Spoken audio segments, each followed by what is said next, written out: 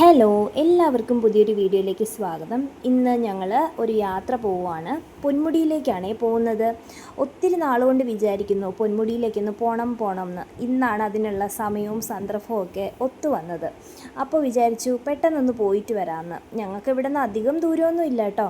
ഏകദേശം 1 മണിക്കൂർ യാത്ര മതി ഇവിടുന്ന് പൊന്മുടിയിലേക്ക് പോകാൻ. ഞങ്ങൾ താമസിക്കുന്നിടത്തു നിന്ന് പൊന്മുടിയിലേക്ക് പോകാൻ ഏകദേശം 1 മണിക്കൂർ മതിയാവും. ഉച്ചയ്ക്ക് ശേഷം ഏട്ടൻ ലീവായതുകൊണ്ട് തന്നെ നമുക്ക് പോകാമെന്ന് വിചാരിച്ചു. അങ്ങനെ ഇറങ്ങി തിരിച്ചിരിക്കുവാണേ. ഞാനും ഏട്ടനും അമ്മയും 2 കുഞ്ഞുങ്ങളും ഇത്രയും പേരേ ഉള്ളൂ കേട്ടോ പോകാൻ. ഇപ്പോൾ പിന്നെ വെക്കേഷൻ സമയവും കൂടെ ആയതുകൊണ്ട് തന്നെ നല്ല തിരക്കായിരിക്കും പൊന്മുടിയിൽ. എന്നാലും നല്ല ക്ലൈമറ്റ് ആണെന്നാണ് പോയിട്ട് വന്നവർ പറയുന്നത്. എന്തായാലും നമുക്കൊന്ന് പോയി നോക്കാം. ആദ്യത്തെ പ്രാവശ്യമൊന്നും അല്ല കേട്ടോ ഞങ്ങൾ പോകുന്നത്. ഒത്തിരി പ്രാവശ്യം പോയിട്ടുണ്ട്. ഇവിടെ അടുത്തായതുകൊണ്ട് തന്നെ ഒരുപാട് വട്ടം പോയിട്ടുണ്ട്. പക്ഷേ ഇപ്പോൾ കുറച്ച് കുറഞ്ഞു എന്ന് മാത്രം. പോക്കും വരവും ഒക്കെ ഒന്ന് കുറഞ്ഞിട്ടുണ്ട്. അല്ലാതെ ഞങ്ങൾ ഇടയ്ക്കിടയ്ക്ക് പോകുമായിരുന്നു കേട്ടോ. പൊന്മുടി എന്ന് പറയുമ്പോൾ തന്നെ മനസ്സിനകത്തൊരു കുളിർമയാണ്. എത്ര കണ്ടാലും അവിടുത്തെ സ്ഥലങ്ങളൊന്നും നമുക്ക് മടുക്കുകയില്ല. അവിടുത്തെ ആ ഒരു പ്രകൃതി ഭംഗിയൊക്കെ ആർക്കായിരുന്നാലും ഇഷ്ടപ്പെടുന്നതുമാണ്. അപ്പോൾ നമ്മളിതാ ചുള്ളിമാനൂർ പെട്രോൾ പമ്പിൽ നിന്ന് പെട്രോൾ അടിക്കാൻ വേണ്ടിയിട്ട് നിർത്തിയിട്ടേക്കുവാണേ. അവിടെ നിന്നാണ്, ചുള്ളിമാനൂരിൽ നിന്നാണ് ഞങ്ങൾ പെട്രോൾ അടിച്ചത്. എൻ്റെ കയ്യിലിരിക്കുന്നത് മോക്ഷമോളാണ് കേട്ടോ. പുറകിൽ അമ്മയുടെ കയ്യിൽ ദക്ഷക്കുട്ടി ഇരിപ്പുണ്ട്. അവർക്ക് കുഞ്ഞുങ്ങളാണെങ്കിൽ കൂടിയും അവർക്ക് യാത്ര ചെയ്യാൻ വലിയ ഇഷ്ടമാണേ.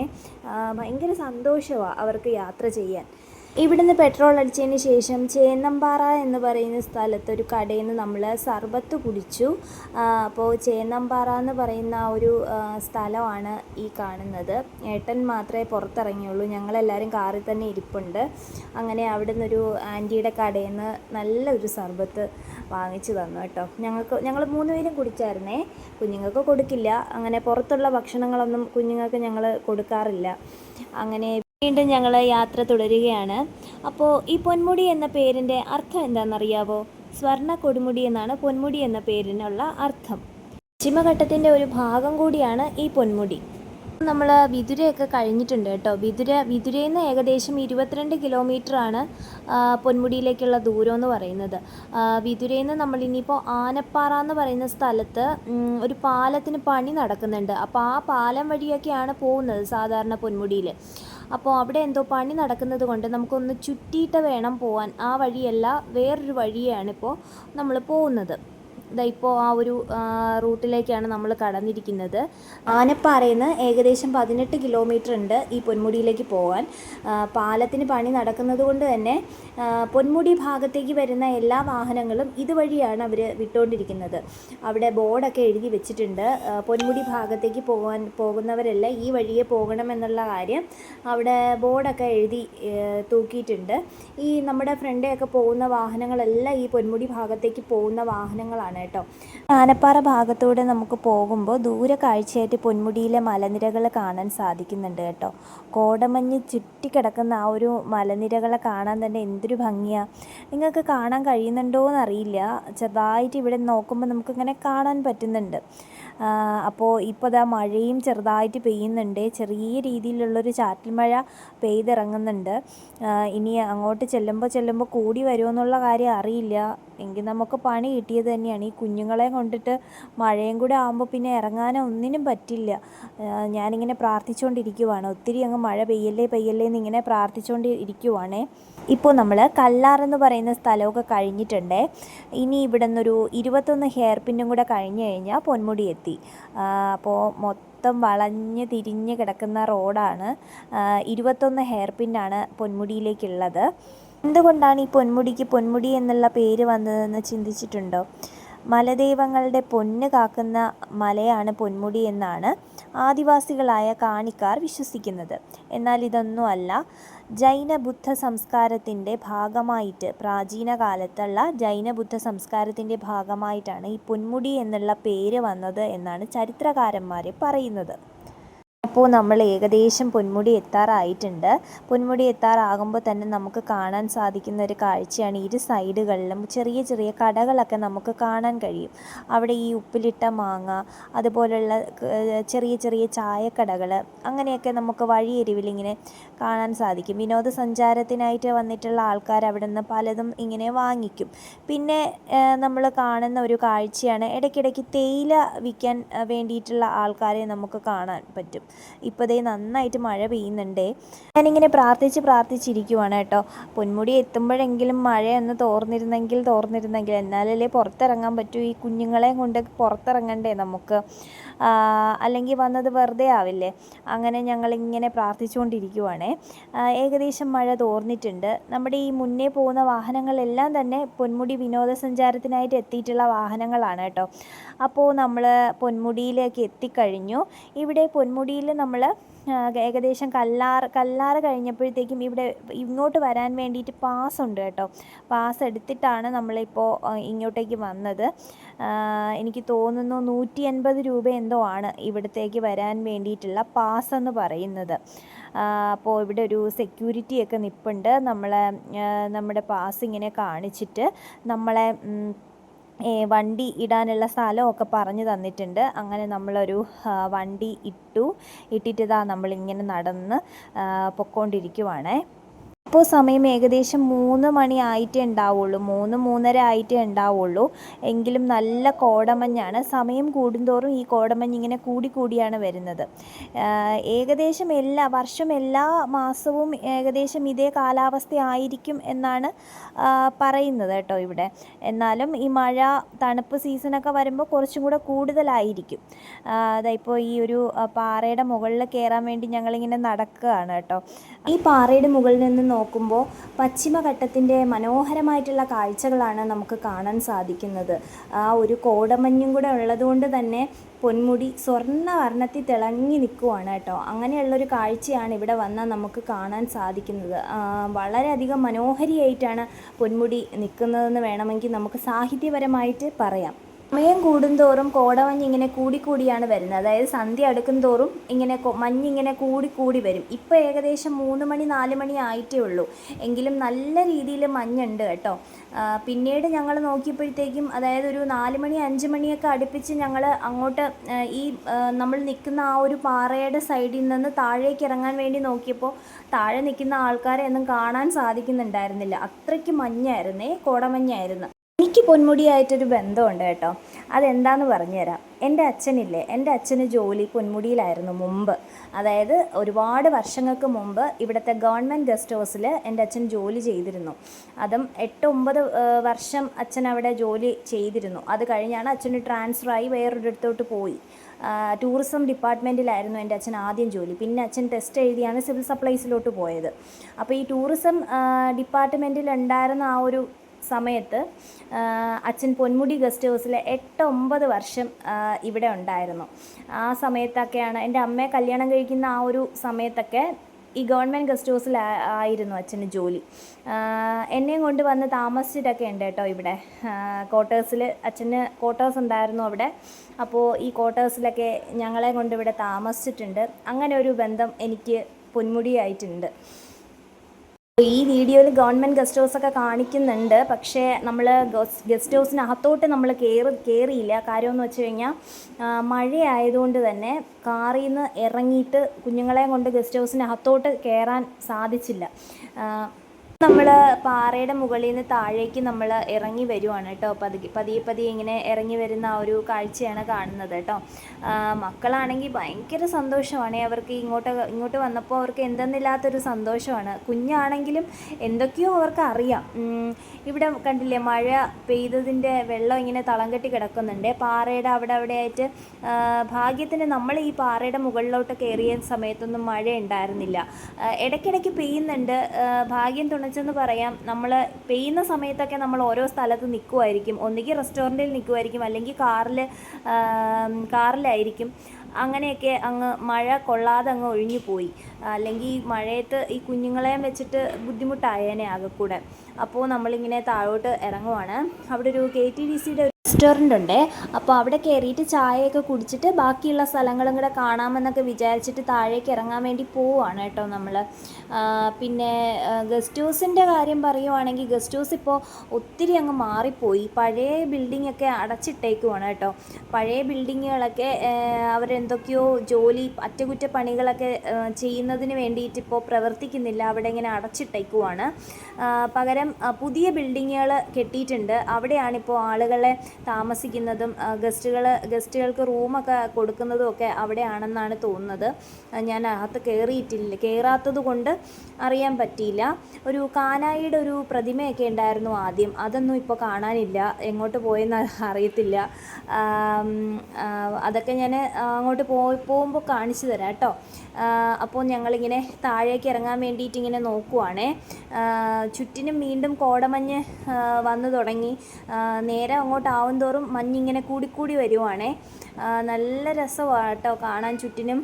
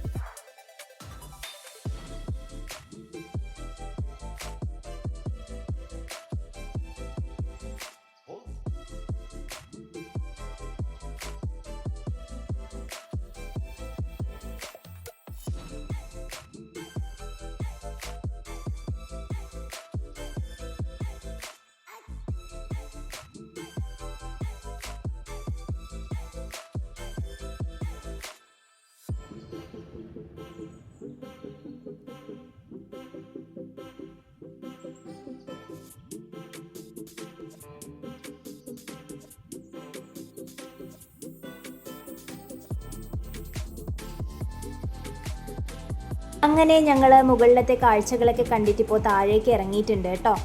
താഴെ ഇറങ്ങിയിട്ട് KTDCയുടെ റെസ്റ്റോറൻറ്റിൽ കയറി ഒരു ചായ കുടിക്കാനായിട്ട് ഞങ്ങൾ എല്ലാവരും കൂടെ താഴോട്ട് ഇറങ്ങിയിട്ടുണ്ട്. മുകൾ ഭാഗത്തു നിന്ന് താഴേക്ക് ഇറങ്ങാൻ വേണ്ടി നോക്കിയപ്പോഴത്തേക്കുവേ താഴെ നിൽക്കുന്ന ആൾക്കാരെ ഒന്നും കാണാൻ സാധിക്കുന്നുണ്ടായിരുന്നില്ല. അത്രയ്ക്ക് കോടമഞ്ഞായിരുന്നു കേട്ടോ. എങ്ങനെയെങ്കിലുമൊക്കെയാണ് ഞങ്ങൾ ഒന്ന് താഴോട്ട് ഇറങ്ങിയത്. അതുപോലെ റോഡിലൂടെ നടക്കുമ്പോൾ തന്നെ വാഹനങ്ങൾ വരുന്നതിൻ്റെ ലൈറ്റ് കണ്ടിട്ടാണ് വാഹനം വരുന്നതെന്ന് തന്നെ മനസ്സിലാക്കാൻ സാധിച്ചത്. അത്രയ്ക്ക് ഇങ്ങനെ മഞ്ഞ് വന്നുകൊണ്ടിരിക്കുവാണ്. അപ്പോൾ സന്ധ്യ ആയി തുടങ്ങി. ഏകദേശം ഒരു 5:30-6 മണി അടുപ്പിച്ചായതുകൊണ്ടായിരിക്കാം ഇത്രയും ഒരു മഞ്ഞ് നമുക്ക് കാണാൻ സാധിച്ചത്. ഇനി ആ ഒരു റെസ്റ്റോറൻറ്റിൽ കയറിയിട്ട് നമുക്ക് ചായ കുടിച്ചിട്ട് വരാമെന്ന് വിചാരിച്ചിട്ട് അങ്ങോട്ടേക്ക് പോവുകയാണേ.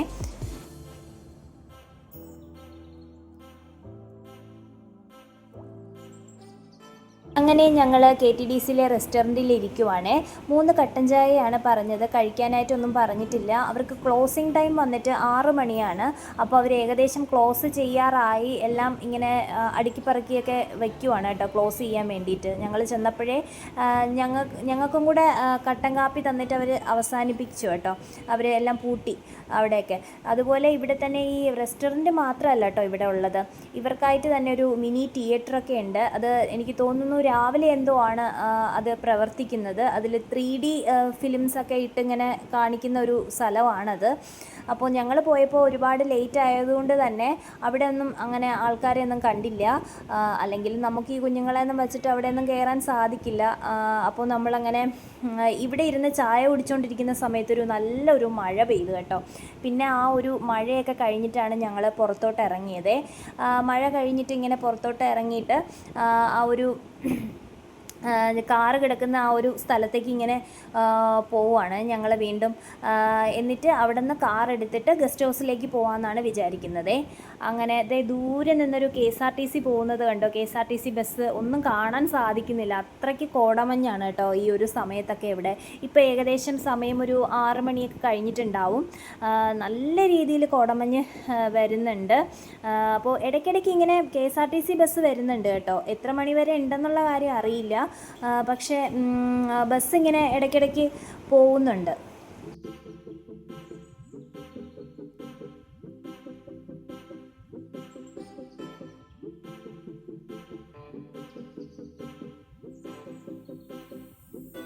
ഇത് കാറൊക്കെ പാർക്ക് ചെയ്യുന്ന ഒരു സ്ഥലമാണ് കേട്ടോ. ഇവിടെ KSRTC ബസ്സും പാർക്ക് ചെയ്യുന്നുണ്ട്. ഇപ്പോൾ ഒരു KSRTC പോയതേ ഉള്ളൂ. അടുത്ത ഒരു KSRTC ബസ് ഇവിടെ പാർക്ക് ചെയ്തിട്ടിട്ടുണ്ട് എനിക്ക് തോന്നുന്നു. അപ്പോൾ ഇടയ്ക്കിടയ്ക്ക് ഇങ്ങനെ ഇടവിട്ടുള്ള സമയങ്ങളിലൊക്കെ ബസ് ഇവിടെ നിന്ന് ഉണ്ട് എന്നാണ് തോന്നുന്നത് കേട്ടോ. ലാസ്റ്റ് ബസ് എത്ര മണിക്കാണെന്ന് എനിക്കറിയില്ല. പണ്ടെന്തോ 9 മണിക്കെന്തോ ആയിരുന്നു ലാസ്റ്റ് ബസ്. അച്ഛനൊക്കെ പറഞ്ഞ് അറിയായിരുന്നു ലാസ്റ്റ് ബസ് 9 മണിക്കാണ്, പിന്നെ ബസ്സൊന്നും ഇല്ല എന്ന് കേട്ടിട്ടുണ്ട്. അതും ഈ പറഞ്ഞതുപോലെ സ്റ്റേ ബസ്സൊക്കെയാണ് ഉള്ളത് എന്നും പറഞ്ഞ് കേട്ടിട്ടുണ്ട്. അപ്പോൾ നമ്മളിങ്ങനെ ഇപ്പോൾ അവിടെ നിന്ന് തിരിച്ചിട്ട് ഗവൺമെൻറ് ഗസ്റ്റ് ഹൗസിലേക്ക് വന്നിരിക്കുവാണ്.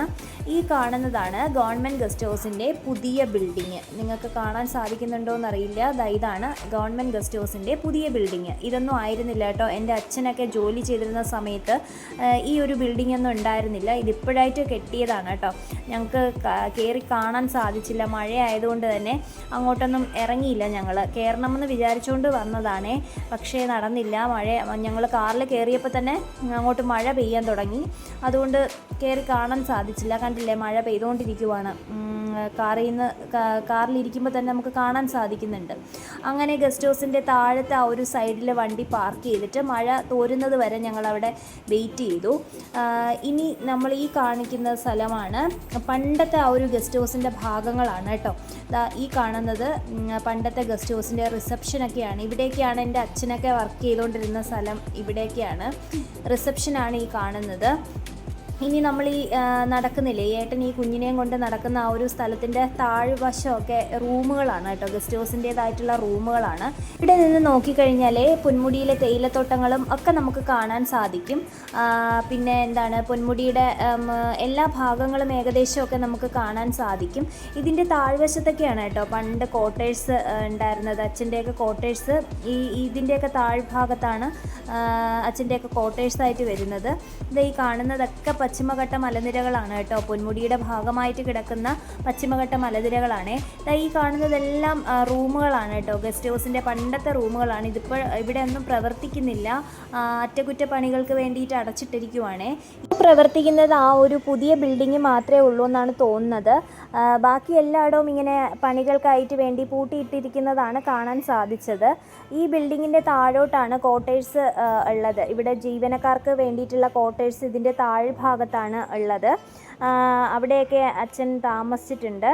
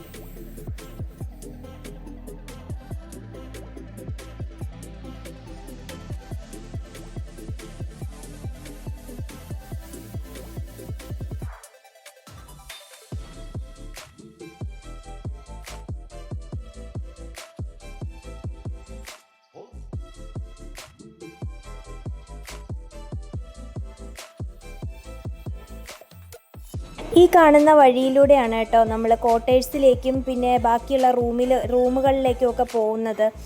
പണ്ട് നമ്മൾ ഈ ഒരു സ്റ്റെപ്പ് ഇറങ്ങിയിട്ടൊക്കെയാണ് ക്വാർട്ടേഴ്സിലൊക്കെ പൊയ്ക്കൊണ്ടിരുന്നത്. ഇനി നമ്മൾ ഇവിടെ നിന്ന് നമ്മൾ നേരെ വീട്ടിലേക്ക് തിരിക്കുവാണ് കേട്ടോ. ഇനിയിപ്പോൾ മഴയൊക്കെ ആയതുകൊണ്ട് തന്നെ ഇവിടെ ഗസ്റ്റ് ഹൗസിൻ്റെ അകത്തൊന്നും നമ്മൾ കയറുന്നില്ല, അല്ലാതെ തിരിച്ചിനി വീട്ടിലേക്ക് പോവുകയാണ് കേട്ടോ. അല്ലെങ്കിൽ ഇപ്പോഴും തിരിച്ചില്ലെങ്കിൽ നമ്മൾ ഒത്തിരി അങ്ങ് രാത്രിയായി പോവും. അതുകൊണ്ട് തന്നെ നമ്മൾ ഇവിടുന്ന് ഇറങ്ങിയിട്ട് അങ്ങോട്ട് പൊയ്ക്കൊണ്ടിരിക്കുവാണേ.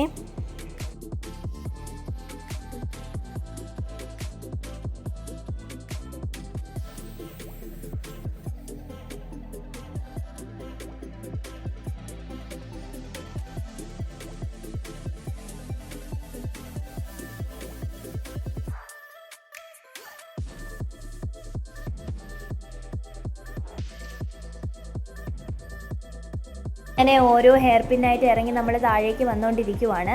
നേരത്തെ പറഞ്ഞതുപോലെ തന്നെ പൊന്മുടിയുടെ താഴ്വാരത്ത് ഒരുപാട് പെട്ടിക്കടകളും അതുപോലെ തേയില വിൽക്കുന്ന ആൾക്കാരെ നമുക്ക് കാണാൻ സാധിക്കും. അപ്പോൾ നമ്മൾ അവിടെ നിന്ന് കട്ടൻ ചായയാണല്ലോ കുടിച്ചത്, കട്ടൻ കാപ്പിയാണല്ലോ കുടിച്ചത്. അപ്പോൾ എല്ലാവർക്കും ഒന്ന് ചായ കുടിക്കണമെന്ന് തോന്നിയിട്ട് ഇവിടെ ഉള്ളൊരു പെട്ടിക്കടയിൽ നമ്മൾ വണ്ടി നിർത്തിയിട്ട് ഇവിടെ ചായ കുടിക്കാൻ വേണ്ടി ഇരിക്കുവാണ്. ഞങ്ങൾക്ക് 2 ബദാം മിൽക്കും അമ്മയ്ക്ക് ചായയും പറഞ്ഞു. ഇവിടെ ഒരു മോളും ഒരു മോനും ഒരു ചേച്ചിയും കൂടെ നടത്തുന്ന ഒരു ചായക്കടയാണ് കേട്ടോ. അവരോടിങ്ങനെ വിശേഷങ്ങളൊക്കെ ചോദിച്ചു. ആ മോൻ വന്നിട്ട് പൊന്മുടി സ്കൂളിലാണ് പഠിക്കുന്നതെന്ന് പറഞ്ഞു. ആ മോള് തിരുവനന്തപുരത്ത് ഏതോ ഒരു ഹോസ്റ്റലിൽ നിന്നിട്ട് ഡിഗ്രിക്കാണ് പഠിക്കുന്നതെന്നൊക്കെ പറഞ്ഞു. അവർക്കിപ്പോൾ വെക്കേഷനാണെന്നൊക്കെ പറഞ്ഞു. നല്ല ആൾക്കാരായിരുന്നു കേട്ടോ. ഒരുപാട് കുശലമൊക്കെ അന്വേഷിച്ചതിന് ശേഷം നമ്മൾ വീണ്ടും യാത്ര തിരിക്കുവാണ്. ഇങ്ങോട്ട് വരുമ്പോൾ ഒരു ക്ഷേത്രം നമ്മൾ കണ്ടായിരുന്നു, ഒരു കാവ് പോലത്തെ ഒരു ക്ഷേത്രം. ഇങ്ങോട്ട് യാത്ര ചെയ്യുന്ന ആൾക്കാരൊക്കെ ഇവിടെ ഇറങ്ങി കാണിക്ക ഇട്ടിട്ടാണ് യാത്ര ചെയ്യാറ്. അതുപോലെ ഞങ്ങളും അങ്ങോട്ട് പോയപ്പോൾ ഇടാൻ സാധിച്ചില്ല. അതുകൊണ്ട് തന്നെ തിരിച്ച് വന്നപ്പോഴത്തേക്കും ഞങ്ങൾ കാണിക്ക ഇട്ടിട്ട് വീണ്ടും ഞങ്ങൾ യാത്ര അങ്ങോട്ട് തിരിക്കുവാണേ. എയർപിൻ ഇറങ്ങി വീണ്ടും ആനപ്പാറ എത്തിയപ്പോഴത്തേക്കും ഞങ്ങൾക്കൊരു അബദ്ധം പറ്റി കേട്ടോ. വഴി തെറ്റിപ്പോയി. സാധാരണ വഴിയല്ലല്ലോ ഇപ്പോൾ വിടുന്നത് അവർ. അവിടെ ഒരു പാലത്തിൻ്റെ പണി നടക്കുന്നത് കൊണ്ട് തന്നെ ആ സാധാരണ വഴിയേ അല്ല വിടുന്നത് അവർ. സാധാരണ നമ്മൾ പൊന്മുടി പോകുന്ന വഴിയല്ല അവർ വിടുന്നത്. വേറെ ഏതൊക്കെയോ ഒരു വഴി കൂടെ വിതിര ചെന്ന് കയറുന്ന ഒരു വഴിയാണ് അവർ വിടുന്നത്. അപ്പോൾ ഞങ്ങൾക്ക് വീണ്ടും വഴി തെറ്റിപ്പോയി. പിന്നെ ഒരു റൗണ്ടും കൂടെ വീണ്ടും കറങ്ങിയതിന് ശേഷം ആണ് പിന്നെ ഞങ്ങൾ ശരിയായ റൂട്ടിലേക്ക് പോയത് കേട്ടോ. അങ്ങനെ കുറച്ചൊരു സമയം അവിടെ ഞങ്ങൾ കിടന്നൊന്ന് കറങ്ങിപ്പോയി.